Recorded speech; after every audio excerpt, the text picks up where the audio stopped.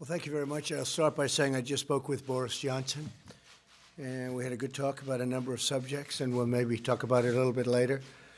But we had an extended conversation and some pretty good ideas, I think. They want to see if we could do a couple of things, and they'll be doing certain things for us. I want to also thank the Minneapolis Police Department. They have been so incredible what they've done. Tomorrow we have a tremendous amount of people plan to go. I know the requests have been incredible. So I think it's a great state, and we're going to have a lot of fun tomorrow night. I think a lot of you are going to be with us. And then on Friday night, we'll be going to Louisiana.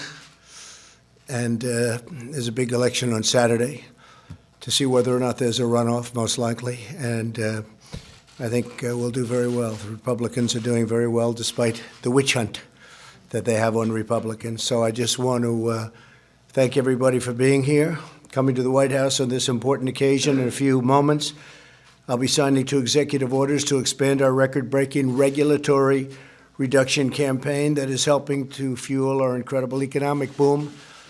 I guess the stock market's up close to 250 points today, and this is despite lots of trade deals that are getting done one by one. We did a deal with South Korea, big one, really big one, and we did one yesterday with Japan, and that now goes into effect, and it's tremendous for our farmers. As you know, we have China coming. They'll be coming tomorrow. We have the Vice Premier of China coming. So we have a lot of big things happening. We have some tremendous deals under negotiation. So despite all of that, we have a great economy and a great market. Our housing market's on fire, and things are really doing well. You look at Asia, they're not doing well. Look at China's having a hard time at this moment, and I think they'd like to make a deal very badly. And so we have a lot of things that are really exciting, and to be in the midst of negotiating some of the worst trade deals ever made, and to be breaking them up and changing them for the good of the American taxpayer and for our country, and to still be doing so well. We had over 100 record-breaking stock markets, I think in 121 or something. I'll get you the exact number, but many, many days we broke the record, and we continue to do well. And when these trade deals are done and when certain other things that we're doing are done, it's going to be at a level that's incredible. That was the cutest noise. What was it? I heard this. See, I'm used to hearing them. And there's nothing cute about them. So beautiful. And don't feel bad. He can just do whatever you want. That's a beautiful sound. Today we take bold new action to protect Americans from out-of-control bureaucracy and stop regulators from imposing secret rules and hidden penalties on the American people. We're delighted to be joined on this occasion by Acting Director Ross Vought, who has really done a fantastic job, Deputy Attorney Jeffrey Rosen. Are you busy enough, Jeffrey? And Congressman Mark Meadows. Mark, fantastic that you're here.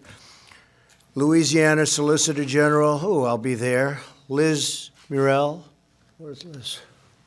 I'll see you on Friday. Yes, sir. I don't know if you'll be there, but we have a big crowd, so it's going to be great. Thank you very much, Liz. And several other state and local officials, we want to thank you all for being here. For many decades, federal agencies have been issuing thousands of pages of so-called guidance documents, a pernicious kind of regulation imposed by unaccountable bureaucrats in the form of commentary on how rules should be interpreted. All too often, guidance documents are a backdoor for regulators to effectively change the laws and vastly expand their scope and reach. Guidance has frequently been used to subject U.S. citizens and businesses to arbitrary and sometimes abusive enforcement actions. It sounds like they're talking about me. I think they're talking about me. I might have a conflict in signing this deal. Because of these materials and the fact that these materials are too often hidden and hard to find, many Americans learn of the rules only when federal agents come knocking on the door. This regulatory overreach gravely undermines our constitutional system of government. Unelected, unaccountable bureaucrats must not be able to operate outside of the democratic system of government. Wow. Imposing their own private agenda on our citizens. A permanent federal bureaucracy cannot become a fourth branch of government, unanswerable to American voters. In America, the people must always reign. With us today is Andy Johnson from Wyoming, great place, whose family is one of many that suffered from the absurd redefinitions and interpretations of federal bureaucrats. And Andy is here to say a few words. I'd like to hear that, Andy, because I think you might be speaking about me or to me. Thank you very much. Where's Andy? Come on up here with that beautiful baby. Beautiful. That's great. Thank you, Andy. Right. Thank you. Thank you very much. Go ahead, please. Well, thank you for having me today, and my wife, Morgan, and my son, Roan. I work as a welder in Wyoming, and about 5 years ago, when I applied for a stock pond permit for my private property, I had no idea that the EPA would come knocking at my door and threaten me and my family civilly, criminally, and a fine of $37,500 per day. The fines were up to $16 million when Pacific Legal Foundation stepped in and sued the EPA on my behalf and my family. And at that point, the EPA changed their attitude. We were able to come to an agreement.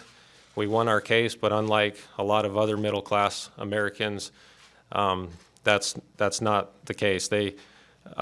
We could have never fought. The litigation was way too expensive. So I'd just like to thank the President today for signing this executive order, which will hold the EPA and other government agencies more responsible for their actions. Thank you. That's fantastic. Thank you.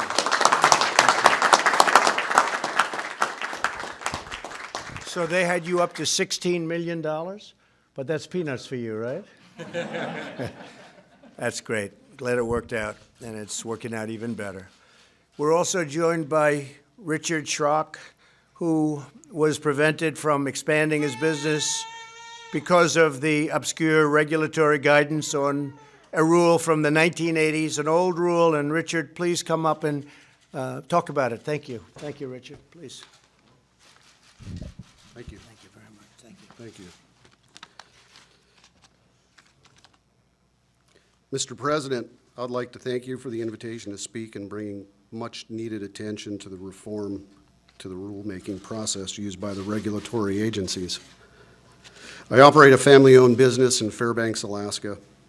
We purchased some land for our business about 20 years ago so we could move operations out of town to the new facility and expand our facilities. We've spent the better part of 10 years and over $300,000 fighting with the regulatory agencies over the arbitrary and capricious nature of the Army Corps of Engineers wetland designation and their use of the Alaska Supplement versus the 1987 congressionally mandated Wetlands Manual. This effort does not include the time and energy put forth by the Pacific Legal Foundation on our behalf. I'd like to thank those folks as well. The last straw for us is when we lost our appeal in the Ninth Circuit Court, when they held that the agencies can make the regulations they want and require without congressional approval or oversight. I'm hopeful that the changes made today with this executive order, other landowners will not be negatively impacted as we have. Thank you again for this opportunity. That's great. Thank you, Richard. Well, thank you very much, Richard. You know, you mentioned the Ninth Circuit, so we have a lot of great new judges in the Ninth Circuit, and we're going to be very close to 182 new judges over the next very short period of time. So that'll be, we are in record territory by a lot. So we're going to have 182 new federal judges, not including 2 Supreme Court judges. And I guess we're already at the 156 number, Jeff and Mark. I think we're at about 156 judges now signed and sitting and doing a great job. But we'll be at about 182 before we normalize meetings, retirement, and various other reasons that they leave. And we could average about 40 or so a year from that process. So we'll have probably a very big record number of judges, federal judges in this administration. And I want to thank President Obama for leaving us 138 empty slots, because that's a first. That's a first. I said, how many do we have? He said, sir, you have 138 to 142. I said, you got to be kidding. So I want to thank you, President Obama. And again, Richard, thank you very much for your nice words. When Americans and their businesses are sued by government agencies, they're sometimes not even given an explanation of what they do wrong and how they can fix it. With us today is Kevin Looney, whose company was forced out of business through the terrible practice of a certain way of government handling of things. Not fair, not right. Kevin, please come up and discuss it. Thank you. Thank you, Kevin. Thank you very much. My name's Kevin Lenny. I'm a third-generation cattle rancher at the Point Reyes National Seashore in California. About several years ago, we also were the owners of the Drakes Bay Oyster Farm, a sustainable family business where we produced nearly half of all the oysters in the state of California. Wow. In 2014, the National Park Service launched a National Environmental Policy Act process that cost millions of dollars and lasted over 8 years, and the National Park Service forced our oyster farm out of business. And if that wasn't enough for our family and our community, today, the rest of agriculture, which includes about another 24 ranching family farm businesses within the National Seashore, are facing the exact same process. Our fear is that that process could ultimately be facing, and those families may be facing what the oyster farm faced. And so I'm here, Mr. President, thanking you for calling this meeting together so we can have this discussion. We urge you to continue your good work in following these policies and making sure these federal policies are managed in a way that family farmers and ranchers like us can actually benefit and survive these procedures, and so they're not just for federal agencies that have pre-decided what they want before the process has begun, and for professional litigants that abuse the process. Thank you, Mr. President. Well, thank you, Kevin. Thank you very much. Beautiful job. Thank you. Thank you. And the business is the business gone now? The or- business is gone, 20 million oysters destroyed. Wow. They forced you out of business. Yes. So I have to say, Kevin, I know what you've been through. I read a little bit about it, and I've heard about it also, and it's very sad. But we thank you both for being here very much. Really, thank you very much. No American should ever face such persecution from their own government, except perhaps your president. Don't feel bad, Kevin. They treated you better than they treat me. I do believe that's true. I do believe that's true, Meadows. Today I'm taking action to stop it. My first executive order will require agencies to publish guidance documents online so that small businesses and everyday citizens can easily find them. Agencies will have to seek public input on the most important guidance, and the whole process will be closely overseen by the White House. I'm going to have somebody right here in the White House looking at it, Kevin, so this doesn't happen to other people. You're very brave to be here. I really think it's incredible. I really mean it. Americans will no longer be subject to the rules of hidden games that are played on the public. The second order I will sign today will protect American citizens from secret interpretations of regulations, unexpected penalties, and violations of their rights. From now on, agencies will be required to inform individuals about any case against them and respond to their arguments. It will be the agency's duty to fully educate small businesses about new regulatory changes. Today's action is just the latest step in my administration's tireless fight to curtail job-killing, soul-crushing regulations. I want to thank Jeff for doing the great job. The Justice Department worked very hard with all of our people over here. They did a fantastic job, and I want to thank you very much, Jeff. We ended the war on American energy. We're canceling restrictions that devastated American auto workers. We're stopping regulations that micromanaged our great farmers.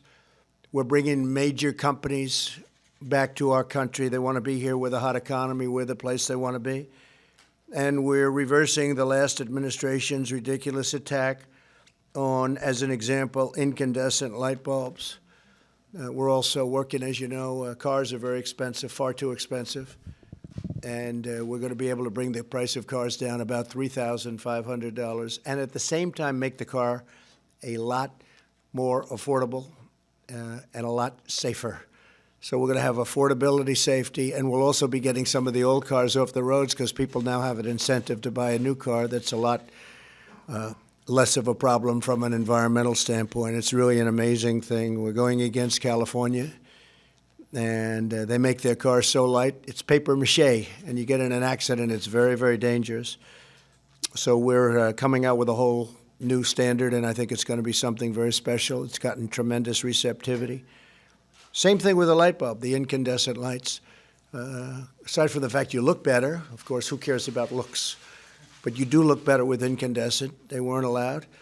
And you have the privilege of buying now a much more expensive bulb under the past rules, much more expensive bulb that doesn't have a good looking light, but maybe very importantly, when the bulb is out and no good, it's literally considered a hazardous waste site because it's all the gases. And if it breaks, you're supposed to bring it to a certain location. And I say, who does that? Nobody. Nobody does. It's very dangerous. So we have, we're allowing people to choose. They can buy a much less expensive bulb that looks better, or they can spend a lot more money on what they were doing, and that's fine too. They might like it. It might last longer, and that's okay. But it is still a hazardous situation when you have to dispose of these things, whereas in the old system you don't have. So we're bringing the incandescent bulb back. For those that want it, we're going to have both alternatives. We like to have alternatives. At the start of my presidency, I imposed a 2-for-1 rule on new regulations, requiring that for every new regulation, 2 old regulations must be eliminated. In the first 2 years of the Obama, Sleepy Joe Biden administration, the cost of regulatory compliance went up by $245 billion. Can you believe that? And in our administration, we've taken it down by more than that. So it's $245 billion up, and we've taken it down by much more than that. According to the Economic Council of Advisors, regulatory reductions will save the average American household over $3,000. Think of this. Every single year, thanks to these regulation cuts as well as our tax cuts and pro-American trade policies, our economy is stronger than it's ever been, stronger than ever before. And that's despite all of these negotiations that we're doing to really make us into something that we've never seen before, meaning fair trade deals. We've created 6.4 million new jobs. Just last month, unemployment reached the lowest rate in over 50 years. The African American, Hispanic American, Asian American unemployment rates have hit record lows. We have more people working in the United States today, almost 160 million people, than at any time in the history of our country. Wages are rising very fast, and twice as fast for low-income workers. The biggest beneficiary actually is the low-income worker. The wages are rising at a rate that we haven't seen in many, many decades.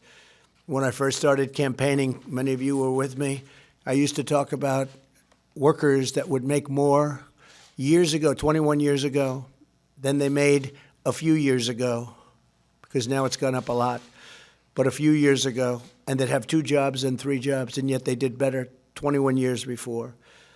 With today's executive order, we continue this incredible economic success, and we defend American liberty for generations to come. I would like to now invite Acting Director of OMB, Russ Vought, to say a few words about the exciting news. And I want to thank Russ for doing an incredible job. And when Russ is finished, we're going to sign the executive orders. Thank you very much. Thanks. Thank you, Mr. President. As a result of your leadership, Today, we're making a major step forward in the effort to drain the swamp and to get our arms wrapped around the administrative state. We can't do that until we know all of the dark regulatory stealth regulation that is out there. And that's one of the reasons why we're asking all agencies to be putting on their website, on a searchable website, all of these regulations so that we can understand what it is, and anything that's not put up there is rescinded. Secondly, we want to make sure that the American people, families and small businesses, are no longer bullied by their federal government. We've all had to deal with the motor vehicle department down the street from us. Think about dealing with the federal government. It's an entirely different situation, and the people that are here today who have flown in on their own dime to be a part of this celebration can attest to that. We want to make sure that there are no stories ever again of people being bullied by their federal government. And so we're thrilled that you took this on, Mr. President, looking forward to these executive orders. Thank you.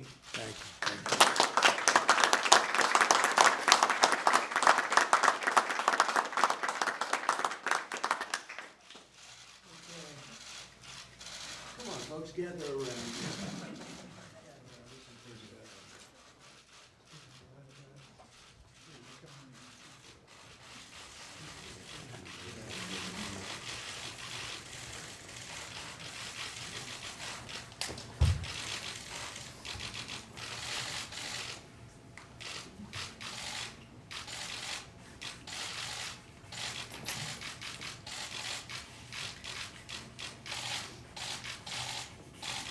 Where's Kevin?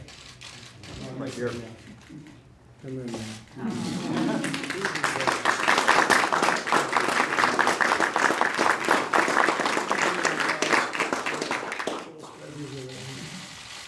You got plenty of time for everybody, right?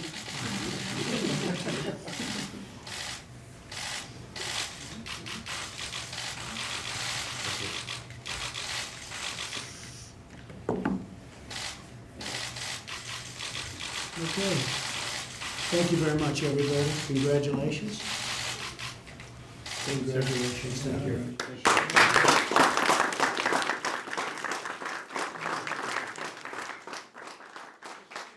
are you going to take any action regarding the Turkish attacks in the Northeast Syria and get the Kurds, as Senator Graham said, been shamelessly avenged? So we have no soldiers in the area. We've been talking to Turkey for 3 years. They've been wanting to do this for many years, as you know. They've been fighting each other for centuries. They've been fighting each other for hundreds of years. This has been going on. We were put into this battle, interjected. It was supposed to be a 30-day period, and we've been there for many, many years. And it's time to get out. We're speaking to both sides. We've told President Erdogan how we feel, but we are speaking to both sides, and we're seeing what can be made out of a situation. But we have no soldiers in the area. You know, we're getting out of the endless wars. We have to do it. And eventually somebody was going to have to make the decision.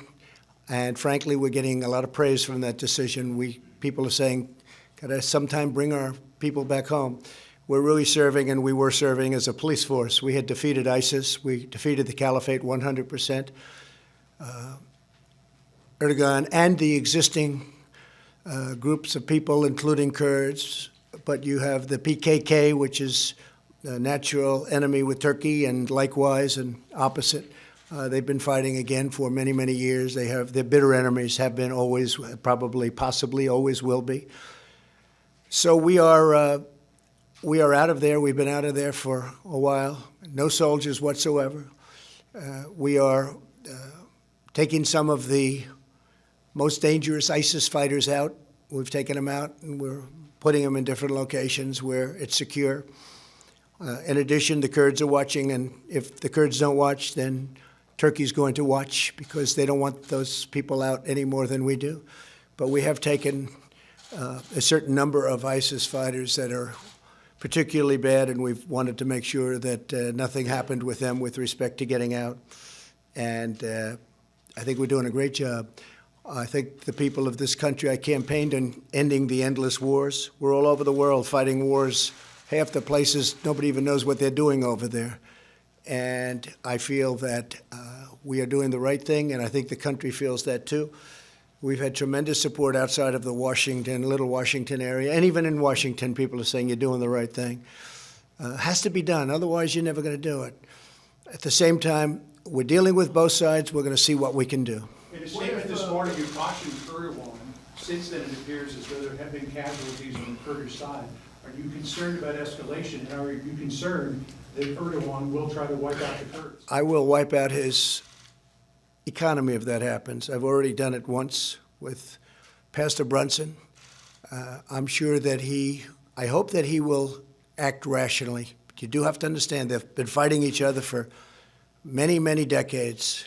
Actually, for centuries, they've been fighting each other. And it was time for the Americans. We did a great job. We took care of ISIS. We captured 100%. You remember I was thinking, John, of leaving at 97 and 96%, and that last 3 or 4% was the hardest part.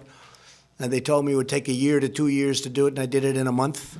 Remember that? I flew to Iraq, and I met with a lot of great generals there, great generals. They said, sir, we can do it in 2 weeks to a month. And we did it in 2 weeks to a month, and we took it. And in the meantime, we've been watching over a lot with the Kurds, watching over a lot of prisoners, some very bad people. A few in particular very bad, really bad. And some of those people we've already taken. We've taken them out. They should go back, by the way. They should go back to Europe. Many of them came from Europe, but they should go back to Germany, to France, I spoke with Boris Johnson, a couple to UK, some to UK actually, but they came from various parts of Europe. They didn't come from our country, and we did them a big favor, and we said to France, we said to Germany, we said to various countries in Europe, we'd like you to take your people back. Well, we don't want them, How about you taking them? I said, we don't want them either. Nobody wants them. They're bad, but somebody has to watch over them. I said, look, we did you a big favor. You take your people back. You take them back. They're citizens in many cases of those countries, of France, Germany. They didn't want to take them back. I gave them one chance. I gave them another chance. I gave them a third chance, and I even gave them a fourth chance. They didn't want to take them back. Not that I blame them too much. They're used to this with the United States, taking advantage of the United States, whether it's on trade or NATO. They take advantage of the United States. But we think that maybe the Kurds will do a job, and if not the Kurds, we think Turkey will do a job. But we have thousands of people, thousands. I don't know if you know that. We have thousands of captured fighters and thousands and tens of thousands of family members. And we did a big favor to a lot of countries, and those countries didn't want to take them back. So that's the way it goes. Steve? Some of these ISIS fighters escape and pose a threat elsewhere. Well, they're going to be escaping to Europe. That's where they want to go. They want to go back to their homes, but Europe didn't want them from us. We could have given it to them. They could have had trials. They could have done whatever they wanted. But as usual, it's not reciprocal. You know my favorite word, reciprocal. That's all I want. I don't want an edge. I just want reciprocal. And it's not reciprocal, Steve. It's not a fair deal for the United States. And when President Obama took the PKK, you know, when they bring in PKK, that's a tough deal because that's been a mortal enemy of Turkey. So when you bring them into a partnership, it's a tough situation because it's tough for Turkey. It's probably tough for them. They've hated each other for many, many years, for hundreds of years. I mean, it's amazing when you look at history and you look at culture, but you look at the length of the time and the fighting for so long. So we imposed ourselves into it. And look, I've said it. I said it just yesterday. The single worst country, the United States, if you take a look at, you know, what we're doing with countries and the relationships we have with countries, but maybe putting it a different way, the worst mistake that the United States has ever made, in my opinion, was going into the Middle East. It's a quagmire. We're up to close to $8 trillion, and we're bringing our folks back home. We have great, talented military. We're bringing them back home. Our military has never been stronger, but we're now acting as police. We're We're policing areas. We're doing jobs that other countries should be doing. We're doing jobs, frankly, that Europe should be doing. We're doing jobs that Russia should be doing, that Iran should be doing, that Iraq, Turkey, Syria should be doing. They should be doing this. We shouldn't be doing it. We're 7,000 miles away.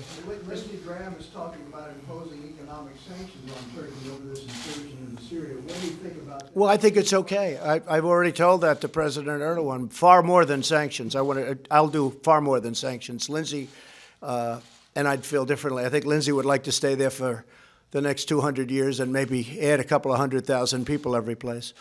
But I disagree with Lindsey on that. But I will tell you that I do agree on sanctions, but I actually think much tougher than sanctions if he doesn't do it in as humane a way as possible. But I've gotten him to stop for virtually from the first day that I was in office.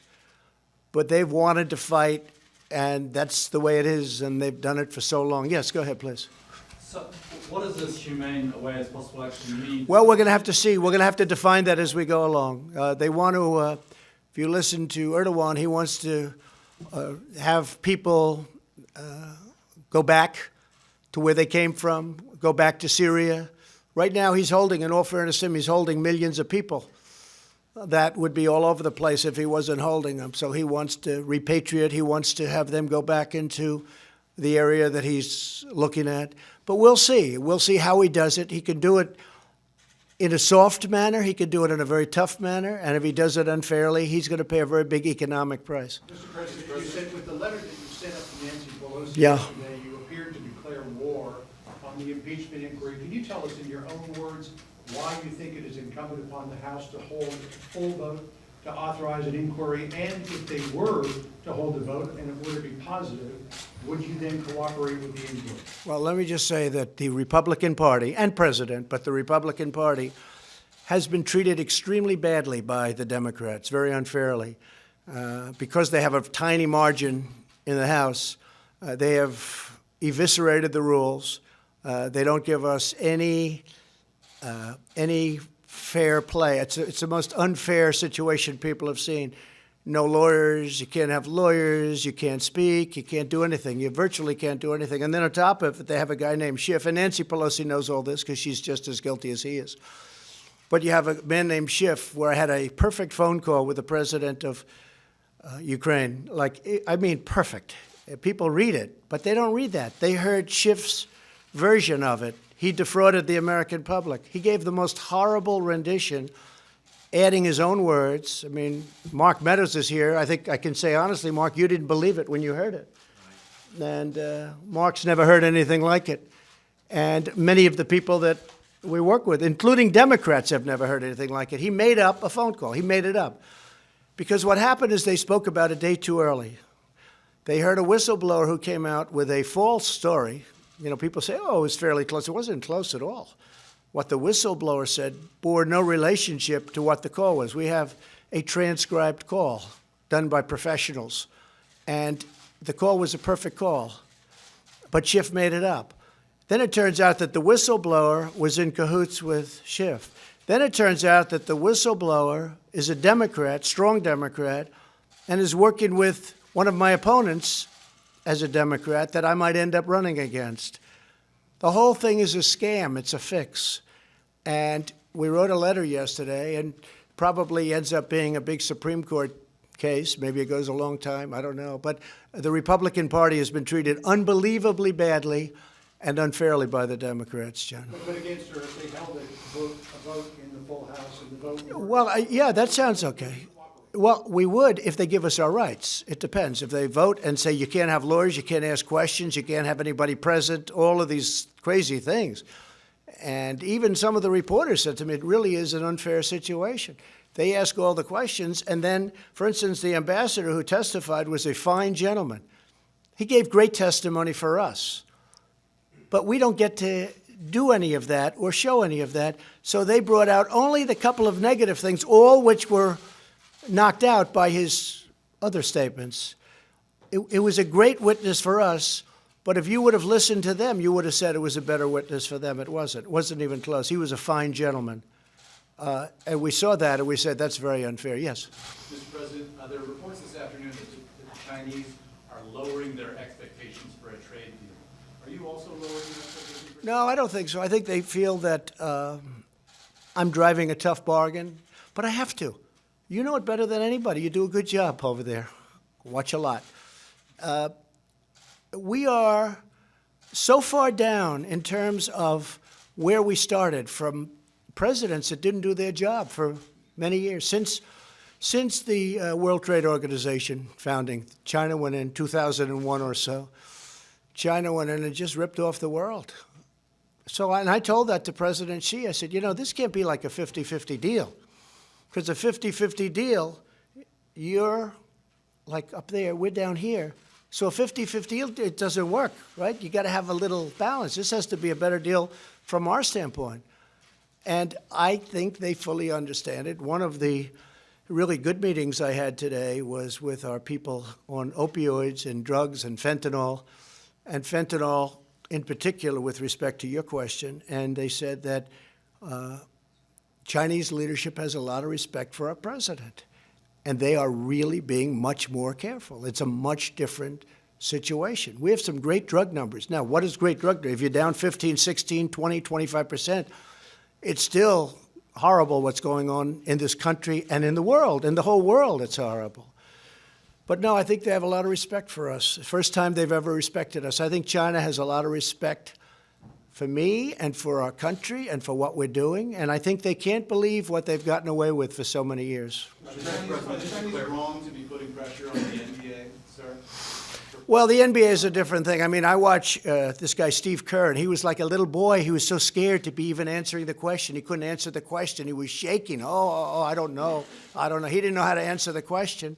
And he'll talk about the United States very badly. I watched Popovich, sort of the same thing, but he didn't look quite as scared, actually. But they talk badly about the United States, but when it talks about China, they don't want to say anything bad. I thought it was pretty sad, actually.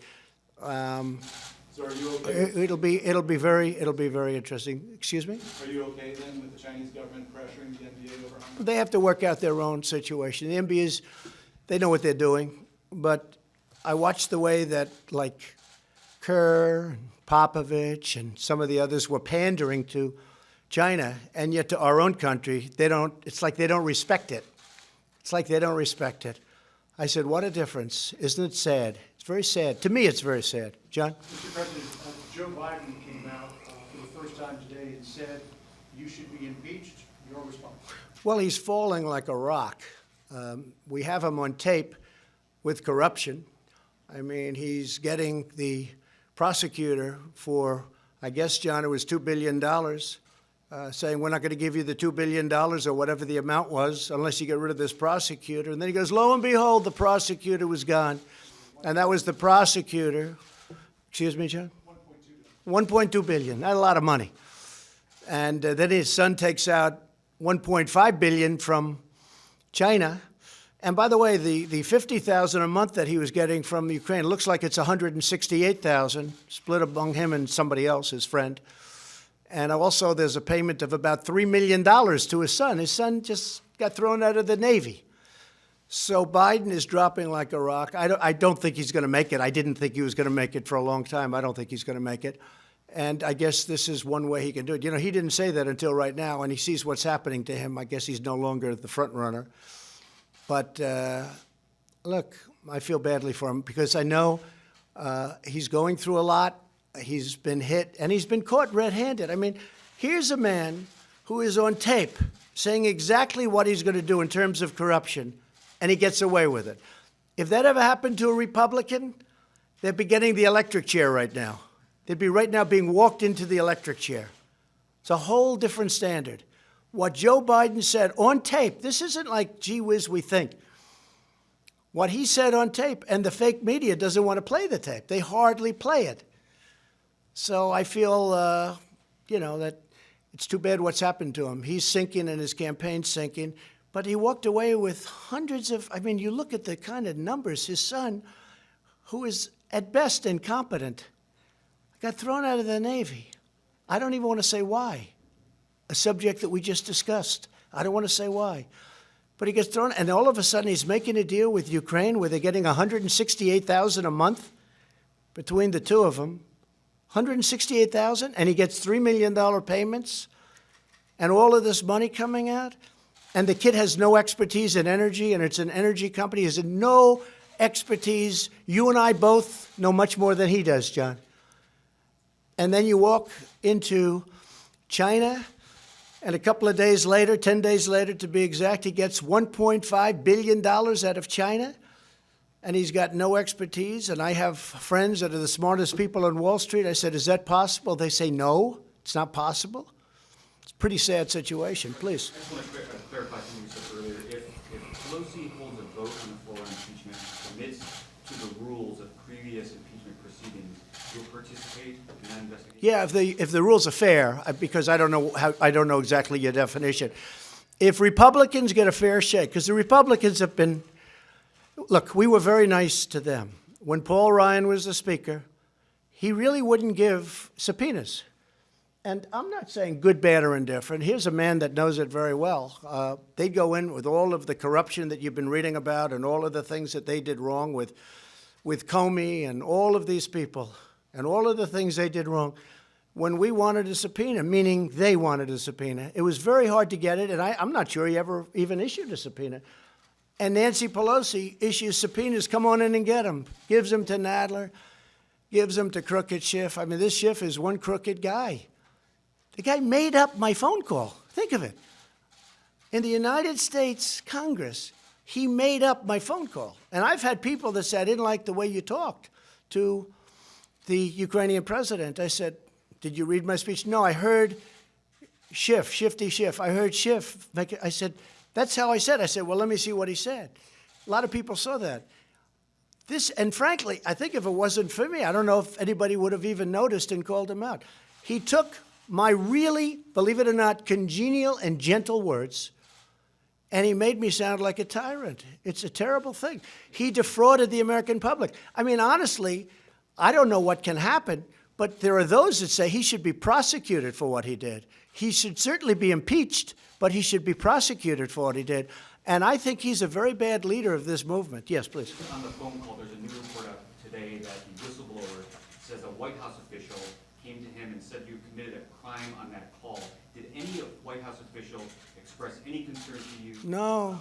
Speak to you about that phone call? It's all a big con, don't you understand? Look, the phone call, you have it. It's the transcript. That's why they keep saying, oh, the whistleblower said this and that. What happened is if they would have seen the transcript early, they wouldn't have had a whistleblower because he wouldn't have said there was nothing he could say. All you have to do is read the transcript, very calm. And what's even more important than the transcript in a certain way, although I think the transcript is the most important because it was really plain vanilla. No emotion, no nothing. These are crooked people that are doing. These are Democrats headed by a Democrat lawyer, a big Democrat lawyer. This is a con job. This is a con being perpetrated on the United States public and even the world. And the world is watching, and they get it better than a lot of other people. It's very interesting. But a poll just came out today. Very small people want to see something, even though I only get negative press from you people. Not you necessarily. But that's the way it is. So I say this, look, all you have to do is read the transcript. But you know what's almost as good as the transcript, I think, is the Ukrainian president saying he didn't even know what they were talking about. No pressure. The foreign minister of Ukraine saying, no, it was a very normal call. There was no pressure at all.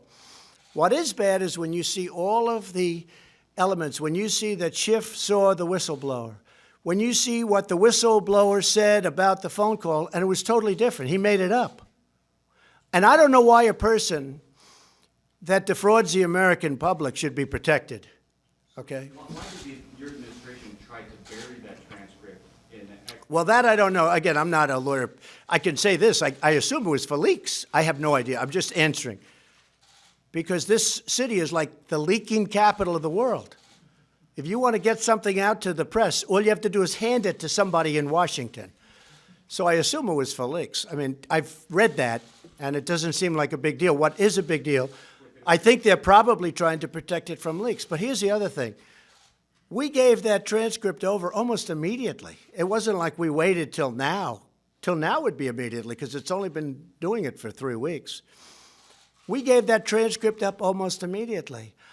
And you know, when I heard Schiff's phony version, and when I heard what was being horribly said by this so-called whistleblower, and I'd like to find who is the person in between the whistleblower and hearing about the conversation. The conversation was, I think, a perfect conversation. But who's the person giving this information? If that person exists, I'm not sure that person exists. But I think it's important, and I say this to Congress, I think it's important to find out who that person is. Because we could have a spy, and I don't want to have spies when I'm negotiating with China and Syria and all of the countries. If you look at Turkey with Erdogan, I have calls with all these people, and Kim Jong-un. I don't want to have spies in the White House. I want to be free to make calls. I don't think it's fair that somebody interprets a call. He didn't interpret it wrong. I don't mind a misinterpretation. This was a fraud, because that call was perfect.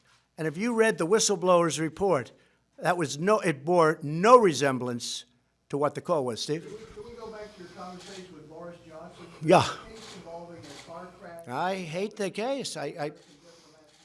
That's true. We talked about it. So what we're going to do, it's a very, very complex issue, as you know, because we're talking about diplomatic immunity, which in itself is quite a subject, right? You people could lecture me on it, I suspect, but it's quite a subject. A terrible accident occurred. The person driving the car, they know who it was, and they have that on camera. A young man was killed on his motorcycle. He was killed. Sounds like instantly killed. The woman, through diplomatic immunity, left the UK, came back to America. And what I'm going to try and do and see, because I understand where the people from the UK are, and frankly, a lot of Americans feel the same way. I was telling Boris, we have a lot of Americans that, you know, they side on the fact that, you know, you have two wonderful parents that lost their son, and the woman was driving on the wrong side of the road. And that can happen. You know, those are the opposite roads. That happens. I won't say it ever happened to me, but it did. When you get used to driving on our system and then you're all of a sudden in the other system where you're driving, it happens. You have to be careful, very careful. So a young man was killed. The person that was driving the automobile has diplomatic immunity. We're going to speak to her very shortly and see if we can do something where they meet. It was an accident. It was a terrible accident. We're going to speak to her, and we're going to see the person driving the car, the wife of the diplomat. We're going to speak to her and see what we can come up with so that there can be some healing. There's tremendous anger over it. It's a terrible incident. There's tremendous anger. And I understand the anger from the other side very much. President, when you met with Robert Mueller in May of 2017 in the Oval Office, were you in fact interviewing him for the position of FBI? And were you aware at the time that he was in the Oval Office that he had had prior conversations with Rod Rosenstein about potentially becoming special counsel? Okay. To your second question, absolutely not. I had no idea that he was doing that. To the first question, he absolutely wanted to become the FBI director. And I said, no. I said, listen, you've been there for, I believe it was 12 years. And I said, no.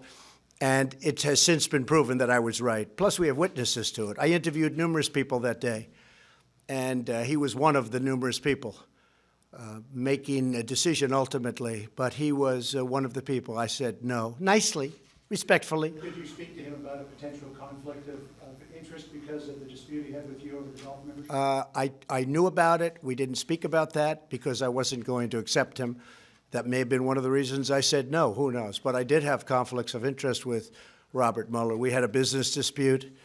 I thought we had, as you know, 3 basic conflicts of interest, and none of them were very good. But we had a business dispute. But I thought he was there for 12 years. That was long enough, especially when you saw what happened with the FBI. And you have to understand, nobody respects the FBI more than I do. And I think if you took a vote in the FBI, they'd vote me president right now. A vast, vast majority. And they're great people. I know a lot of them. But your leadership was terrible. Whether it was Comey or Mueller or anybody, I mean, this leadership turned out to be a disaster for this country. When you look at Strzok and Page, when you look at the insurance policy, you know, she's going to win, but just in case she doesn't, we have an insurance policy. Well, that only means one thing. There's no other interpretation. So when you look at that, no, Robert Mueller wanted a job to be the director, and I turned him very nicely, respectfully down. The other element of your question, I never heard that until just recently when it's being reported a little bit. So this trade Please, go ahead, Steve. with China, are you optimistic that some sort of deal will be reached? Well, China wants to make a deal. In my opinion, China wants to make a deal more than I do. Okay? But look, I'm very happy right now. We're taking in billions of dollars of tariffs, and despite what the news was saying, there's no inflation. There's not a very big price increase, if any, because they've eaten the tariffs. They've devalued their currency, and they're pouring a lot of money into their system. Now, they've lost 3.5 million jobs, and their chain is breaking up. Their supply chain is breaking up like a broken egg. They want to make a deal. The question is, do I want to make a deal? And the answer would be, if we make the right deal, I'd love to do it. I think it would be a great thing for China also. But they seem to be reluctant to make concessions on IP and Well, we'll see. I mean, you don't know that. Look, there's so many false reports. Everybody's trying to guess. But there's really only two people that matter on this one, and that's President Xi and myself. We get along very well. I can't imagine he likes me the way he did when I first became president because, you know, it's been a rough time for China. China's gone down many trillions of dollars, and we've gone up many trillions of dollars. I mean, since I've been elected, many, many, many trillions of dollars have been increased the value of, if you call it value, you could call it worth or value of our country. We've increased not just stock market, I'm talking our country.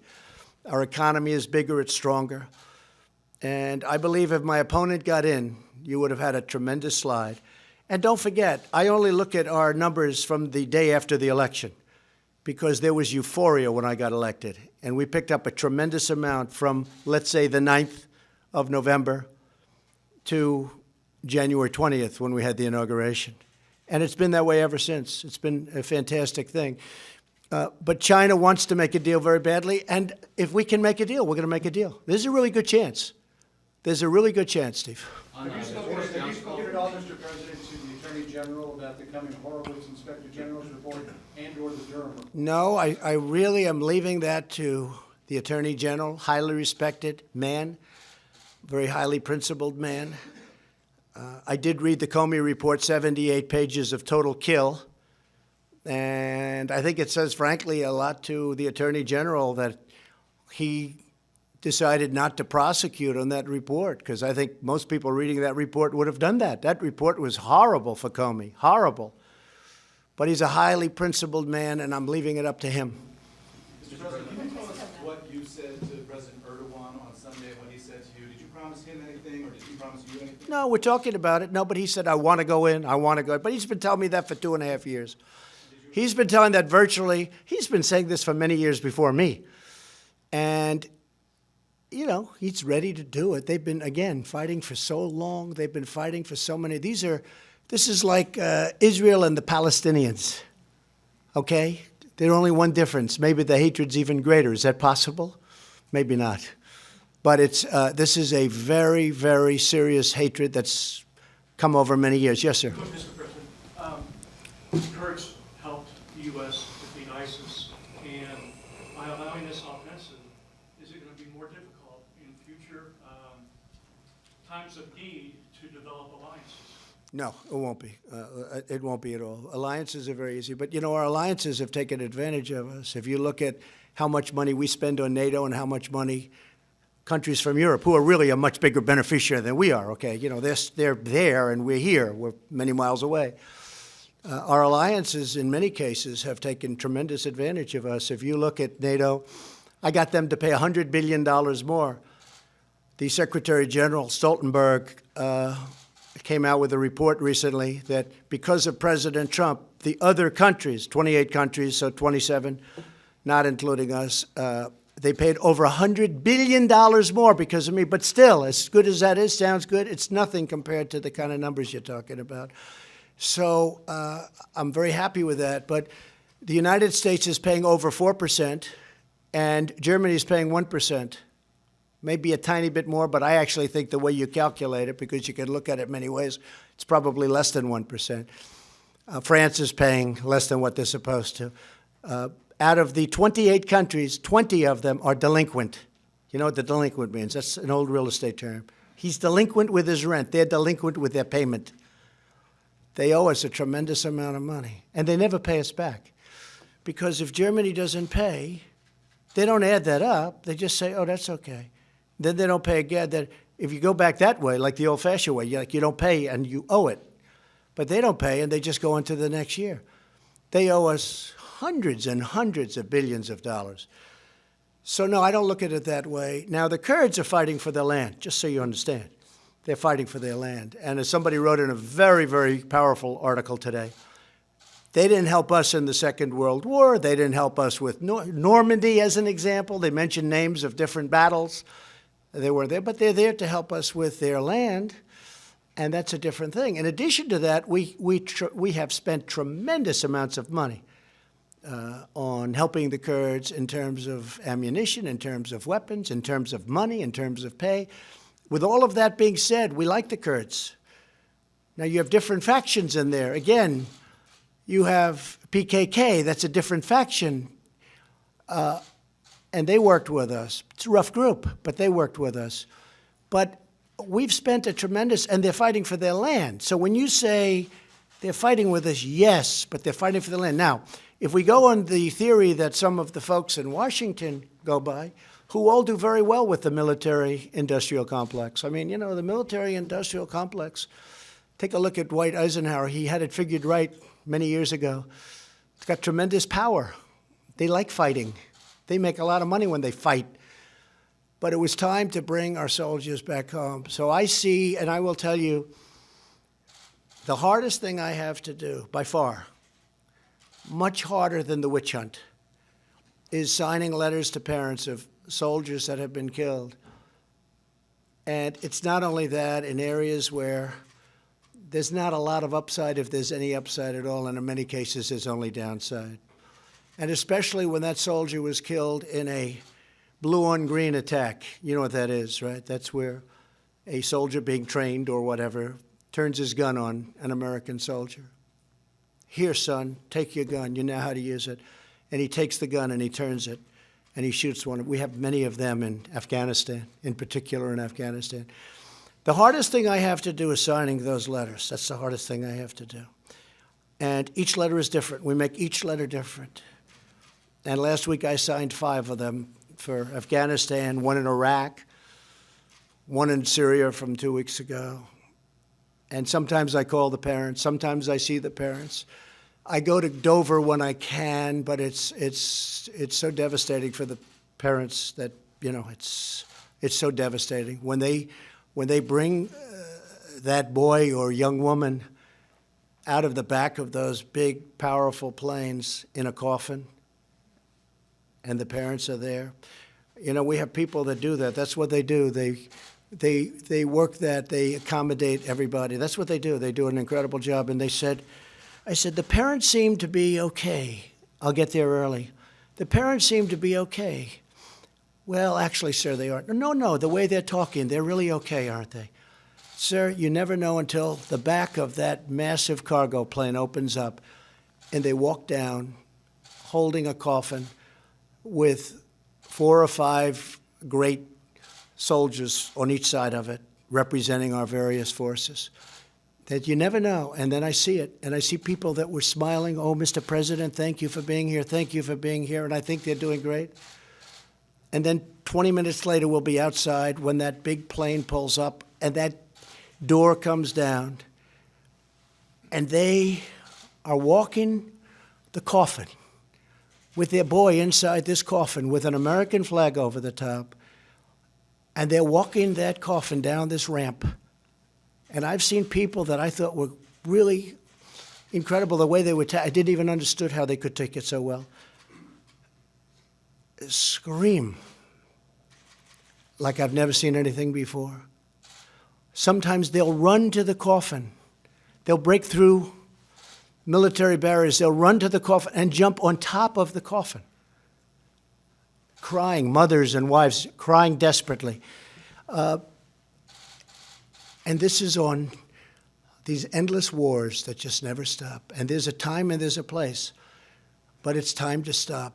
And just to finish, last Friday I went to Walter Reed, and I gave out 5 Purple Hearts to incredible young men, in this case, all men. And they took a beating. Beautiful people, they took a beating. One couldn't be there because the beating was so great that he was at a totally different part of the world. He lost a leg, he lost an arm. Ryan, he had tremendous damage, beyond even what these young folks went through. But I'll tell you what, for me, it's very hard when I see that. It's very hard. It's easy to talk tough, tough guys, all these tough guys. Let's keep fighting, let's keep fighting. If they had to go to Walter Reed, where they do unbelievable work, I have to tell you, these doctors are unbelievable. It's easy to say, oh, they're the best in the world. I've never seen anything like it. One young man last week had his nose rebuilt. And they said it was in 1,000 pieces. And I said, so where were you hurt? He said, my face, sir, was almost obliterated. I said, you have a better face than I do. He said, sir, I had a doctor who was unbelievable. And they put it together. He said 1,000 fragments. Now, I don't know if that's even possible, but 1,000 fragments. And they put it together. And his father, who was crying, came up to me and said, you're not going to believe this, but my son didn't have a great-looking nose, and now his nose is better. Okay? It's an amazing thing. But when you see these at the Purple Hearts, you see this kind of thing, and I see a lot of it at Walter Reed. And again, the job those doctors and the people do at Walter Reed, it's something to be commended. Thank you all very much. Thank you.